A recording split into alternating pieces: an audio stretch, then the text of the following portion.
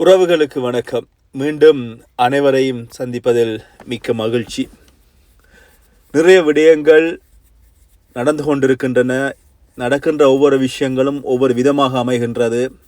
அந்த வகையில் யாழ் மாவட்டத்தினுடைய GA கவர்மெண்ட் ஏஜெண்டாக இருக்கிற திரு பிரதீபன் அவர்களுடைய மகன் கார் விபத்துக்குள்ளாகி இருந்தது. இது சம்பந்தமான விடயங்கள் இங்கே பார்க்க போகிறோம். அதுக்கு முன்பதாக என்னுடைய சேனலுக்கு யாராவது புதிதாக வருபவர்கள் என்னுடைய சேனலை சப்ஸ்கிரைப் பண்ணி அப்படியே என்னுடைய சேனலுக்குள்ளே வந்தீங்கன்னு சொன்னால் நிச்சயமாக அது எனக்கு ஏதோ ஒரு வகையில் பிரயோசனமாக இருக்கும் அப்படின்னு சொல்லி கேட்டுக்கொண்டு, இன்று பார்த்தீங்கன்னு சொன்னால் எங்களுடைய யாழ் மாவட்டத்தினுடைய கவர்மெண்ட் ஏஜெண்டாக இருக்கிற திரு பிரதீபன் அவர்களுடைய வாகனம் விபத்துக்குள்ளாகியது. இது சம்பந்தமான செய்திகள் பார்த்தீங்கன்னு சொன்னால் பரவலாக பேசப்பட்டு கொண்டிருந்தது. அது மட்டும் இல்லாமல் இந்த வாகனம் ஓடியது யாருன்னு சொல்லி பார்த்தீங்கன்னு சொன்னால் அவருடைய மகன் அப்படி என்று சொல்லியும், இந்த மகன் பார்த்தீங்கன்னு சொன்னால் என்னென்று சொன்னால் போதை வஸ்துக்கு அடிமையானவர் அப்படின்னு சொல்லியும் செய்திகள் வெளியாகி கொண்டிருக்கின்றன. அந்த வகையில் பார்த்தீங்கன்னா வாகனம் மது போதையில் ஓடியதன் காரணமாகவே இந்த வாகனம் விபத்துக்குள்ளாகி இருக்கிறது.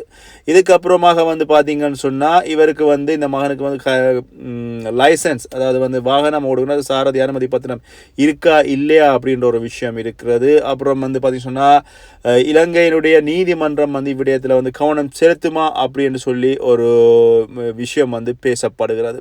அது மட்டும் இல்லாமல் இங்கே பார்த்தீங்கன்னு சொன்னால் குறிப்பிட்ட நபர் அளவுக்கு அதிகமான மது போதையில் வாகனம் ஓடினார் அப்படி என்று சொல்லியும் சொல்லப்படுகிறது. இதன் காரணமாக பார்த்தீங்கன்னு சொன்னால் இதன் காரணமாக தான் வாகனம் விபத்துக்கு உள்ளாகியதாகவும், ஆனால் குறிப்பிட்ட இந்த விஷயத்தை பார்த்தீங்கன்னு சொன்னால் ஆள் மாறாட்டம் செய்திருப்பதாகவும் சொல்லப்படுகிறது. அதாவது தன்னுடைய மகனையே மூத்த மகனை காப்பாற்றுவதற்காக இரண்டாவது மகனை மாறாட்டம் செய்ததாகவும் ஒரு விஷயம் சொல்லப்படுகிறது. இது சம்பந்தமான செய்திகள் பரவலாக சமூக வலைத்தளங்களில் பேசப்பட்டு கொண்டிருக்கின்றன. அந்த வகையில் பார்த்தீங்கன்னு சொன்னால் குறிப்பிட்ட வாகனத்தை ஓடியது மூத்த மகன் எனவும், அவர் பார்த்தீங்கன்னு சொன்னால் அளவுக்கு அதிகமான போதைகளுக்கும் போதை வஸ்துக்கும் சொன்னா அடிமையானவர் அப்படின்னு சொல்லப்படுறது. ஆனால் இங்க பார்த்தீங்கன்னா அந்த போலீசார் இவர் மது அருந்தி இருக்கிறாரா அப்படின்னு சொல்லி, அல்லது அதை மது பரிசோதனை செய்கின்ற பொழுது பலூன் ஊதுகின்ற பொழுது வாகனத்தை ஓடி விபத்துக்குள்ளாக்கியவர் பார்த்தீங்கன்னா சொன்னா மூத்த மகனா இருக்கின்ற பொழுது பரிசோதனை இளைய மகனை கொண்டு பரிசோதனை செய்ததாகவும் நம்ப தகுந்த வட்டாரங்கள் செய்திகளை வெளியாகி இருக்கிறது. இதுக்குள்ள பார்த்தீங்கன்னு சொன்னா இந்த நடவடிக்கைக்குள்ள ஒரு ஆளுங்கட்சியினுடைய அமைச்சர் ஒருவரும் பாராளுமன்ற உறுப்பினர் ஒருவரும் நெருங்கிய தொடர்பு இருப்பதாகவும் சொல்லப்படுகிறது. ஆனால் இதில் இன்னும் பார்த்தீங்கன்னு சொன்னால் இங்கே வைத்தியசாலை அறிக்கைகளாக இருக்கலாம், அல்லது வைத்தியசாலையினுடைய மருத்துவ அறிக்கைகளாக இருக்கலாம், எல்லாமே குறிப்பிட்ட GA கவர்மெண்ட் ஏஜென்ட்டுக்கு அவர் பிரதீபன் அவருக்கு சார்பாக இருக்கும். என்னென்னு சொன்னால் வைத்திய அதிகாரியாக இருக்கிற யாழ் போதனா வைத்தியசாலையினுடைய வைத்திய அதிகாரியாக இருப்பவர் திரு பிரதீபன் அவருக்கு நெருக்கமாக இருப்பவராக இருக்கலாம். இருவருமே ஒத்துத்தான் போக வேண்டும். ஏதாவது மாறிக்கீறி சொல்கின்ற பொழுது பல்வேறுபட்ட பிரச்சனைகள் வரும். அதனால குறிப்பிட்ட பிரதீபன், அதாவது இப்போ எங்களுடைய GA பிரதீபன் அவர்களுடைய மகனுக்கு பார்த்தீங்கன்னா அவர் மது அருந்தவில்லை என்று சொல்லியோ அல்லது வேறு ஏதாவது மாற்று கருத்துக்களை சொல்லியோ அவர் இந்த விஷயத்தை மழுப்புவதற்கும் இங்கே வாய்ப்புகள் அதிகமாக இருக்குது. இந்த வேளையில் பாராளுமன்ற உறுப்பினரும் அமைச்சரும் இதுக்குள்ள தொடர்புகளாக இருக்கின்றபடியால் இந்த பிரச்சனையை எப்படியாவது பூசி மூழ்கி இதனை ஒரு தங்களுடைய மகன் நல்லவர் அப்படின்றதை நிரூபிப்பதற்கான முயற்சிகளில் குறிப்பிட்ட அந்த GAயும் அதே மாதிரி அமைச்சரும் பாராளுமன்ற உறுப்பினரும் வைத்திய அதிகாரியும் ஈடுபடுவார். இதில் எந்த மாற்று கருத்துக்களும் இல்லை. ஆனால் இங்கே நீதிமன்றம் அல்லது நீதிபதி சட்டம் தன் கடமையை செய்யுமா அப்படி என்ற பொழுது அதுவும் இங்கே ஒரு கேள்விக்குறியான விஷயம். என்னென்னு சொன்னால் சட்டப்படி இங்கே நடவடிக்கை எடுக்கப்படுகின்ற பொழுது குறிப்பிட்ட வாகனத்தை ஓடிய இந்த மகனுக்கு சாரதி அனுமதி பத்திரம் இருக்கிறதா, அல்லது அவர் உண்மையில மது போதையில் ஓடினாரா, இல்லை உண்மையாகத்தான் சரியான முறையில் ஓடினாரா, இப்படியான விஷயங்கள் கேள்விக்குறியாக இருக்கிறது. இதற்கான காணொளிகள், அதாவது வீடியோக்கள் எல்லாமே வெளியாகி இருக்கின்றன. அதனை நான் இந்த வீடியோட இணைச்சுடன் அப்போ நீங்கள் பார்த்தீங்கன்னு சொன்னால் பார்க்கின்ற பொழுது உங்களுக்கு இது சம்பந்தமான விஷயங்கள் புரிந்து கொள்ள முடியும். ஏனென்னு சொன்னால் யாரில் பிழை யாரில் சரி அப்படின்றது அங்கே இருக்கின்ற மக்களுக்கு தெரியும். பார்க்கின்ற மக்கள் உங்களுடைய கருத்துக்களை வந்து நீங்கள் தெரிவிங்க. நேரடியாக பார்த்தவர்கள் யாராவது என்னுடைய இந்த வீடியோ பார்த்தா இதில் வந்து யார் பக்கம் சரி யார் பக்கம் பிழை அப்படின்றதை வந்து எனக்கு வந்து தெரிவிங்க. இதில் வந்து வீடியோ இணைத்தவுடன் வீடியோ தொடர்ந்தும் பேசலாம். அது மட்டும் இல்லாமல் இந்த வீடியோ பார்க்கின்ற நண்பர்கள் யாராவது உங்களுக்கு உண்மையான தகவல்கள் தெரிந்தால் எங்களுடைய கமெண்ட் பாக்ஸை என சொல்லுங்கள். நிச்சயமாக அதுவும் வந்து ஏதாவது ஒரு வகையில் யாராவது ஒரு ஊடகவியலாளரோ அல்லது வந்து சட்டம் தெரிந்தவர்களோ யாராவது பார்க்கின்ற பொழுது இந்த விஷயங்கள் வந்து சரியான முறையில் போய் சேர வேண்டும் அப்படின்றதில் வந்து நாங்களும் உறுதியுணையாக இருக்கிறோம். ஆனால் ஒரு சில சமூக வலைத்தளங்கள் சரியான வகையில் இந்த கருத்துக்களை அல்லது வந்து இதனை சரியான வகையில் கணித்து எழுதுகிறார்கள். ஆனாலும் இருந்தாலும் முடிஞ்சவரை நாங்களும் எங்களால் சட்டத்தை நிலைநாட்ட அல்லது மக்களுக்கு நல்லது நடக்கணும் அப்படின்ற பொழுது நிச்சயமாக நாங்களும் இங்கே குரல் கொடுக்க வேண்டிய ஒரு கட்டாயத்தில் இருக்கிறோம். ஊடகம் அப்படின்றதை தாண்டி ஒரு பொதுமக்களுக்கான நல்ல ஒரு விஷயங்கள் நடக்கின்ற பொழுது அதுக்காக நாங்கள் குரல் கொடுக்க வேண்டிய ஒரு விஷயம் இருக்கிறது. அது மட்டும் இல்லாமல் மன்னார் மாவட்ட பொது வைத்தியசாலையினுடைய விடுதிகள் விஸ்தரிப்பு நடந்திருக்கிறது. இது சம்பந்தமான விஷயம் நான் ஏற்கனவே பகிர்ந்திருந்தேன். அது மட்டும் இல்லாமல் மத்திய சுகாதார அமைச்சு நிதி ஒதுக்கீட்டின் அடிப்படையில் வந்து மன்னார் பொது வைத்தியசாலையினுடைய சில சிகிச்சை பிரிவுகள் புனரமைக்கப்பட்டு விரிவுபடுத்தப்பட்டுள்ளன. அதன் அடிப்படையில் வந்து பார்த்தீங்கன்னு சொன்னால் வைத்தியசாலையினுடைய சத்திர சிகிச்சை கூடம், வெளிநோயாளர் பிரிவு, அதி தீவிர சிகிச்சை பிரிவு என புனரமைக்கப்பட்டு விரிவாக்கம் செய்யப்பட்டு நோயாளர்களுக்கான படுக்கைகளும் அதிகரிக்கப்பட்டுள்ளன. இந்த நேரத்தில் வந்து இன்னும் ஒரு விஷயம், கௌரவ பாராளுமன்ற உறுப்பினர் டாக்டர் அர்ச்சுனா அவர்கள்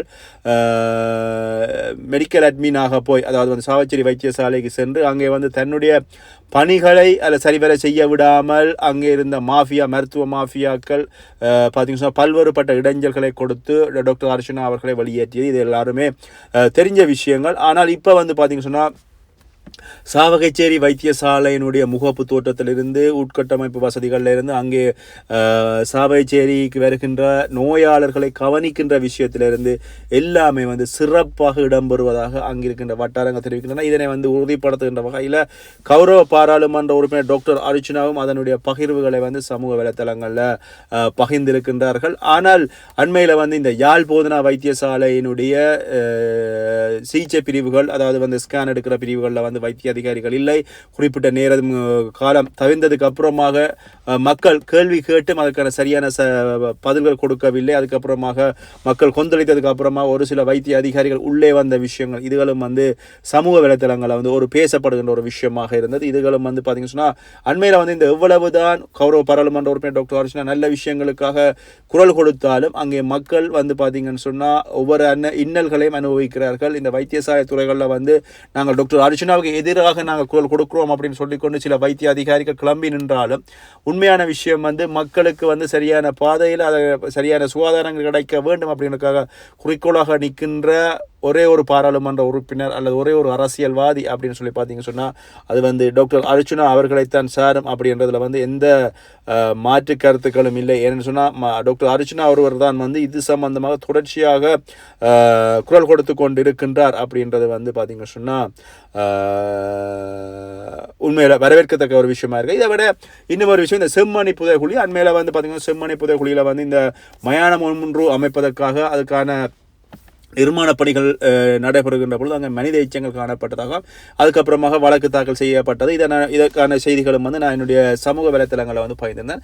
இந்த வேளையில் வந்து பார்த்தீங்கன்னு சொன்னால் நேற்று முன்தினம் நினைக்கிறேன் யாழ்ப்பாண நீதிமன்றம் அதே மாதிரி போலீசாரும் வந்து பார்த்தீங்கன்னு சொன்னால் இந்த விடயங்களை வந்து பார்வையிட்டது சம்பந்தமாக இது சம்பந்தமான விசாரணைகளை வந்து துரிதமாக்கி இருக்கிறார்கள். இந்த விஷயத்தில் வந்து பார்த்தீங்கன்னு சொன்னால் கௌரவ பாராளுமன்ற உறுப்பினர் கயேந்திரன் எம்பி ஒரு விஷயம் சொல்லியிருக்கார். அதாவது வந்து செம்மணி புதைகுழி மனித புதைகுழி விவாதத்தில் வந்து நீதிமன்றம் உடனடியாகவே கரிசனை எடுத்து உடனடியாக அந்த இடத்துக்கு வந்து அதனை பார்த்து பொறுப்பான விஷயத்தை வந்து நடந்து கொண்டமைக்காக தான் வந்து அதனை வரவேற்பதாக கௌரவ பாராளுமன்ற உறுப்பினர் வந்து யாருன்னு சொன்னால் கயேந்திரன் எம்பி அவர்கள் வந்து சொல்லியிருக்கிறார்கள்.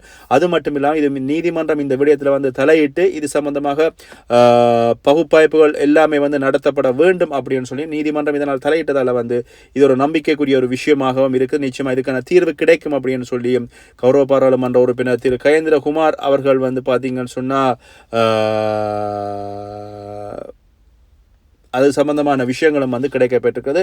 பார்க்கலாம் நிச்சயமாக இது சம்பந்தமாக என்ன நடக்கிறது அப்படின்றதை வந்து நாங்கள் பொறுத்திருந்தான் பார்க்கணும். இது அதாவது செம்மணி புதைகுழி சம்பந்தமாக என்ன நடக்கிறது அப்படின்னு சொல்லி.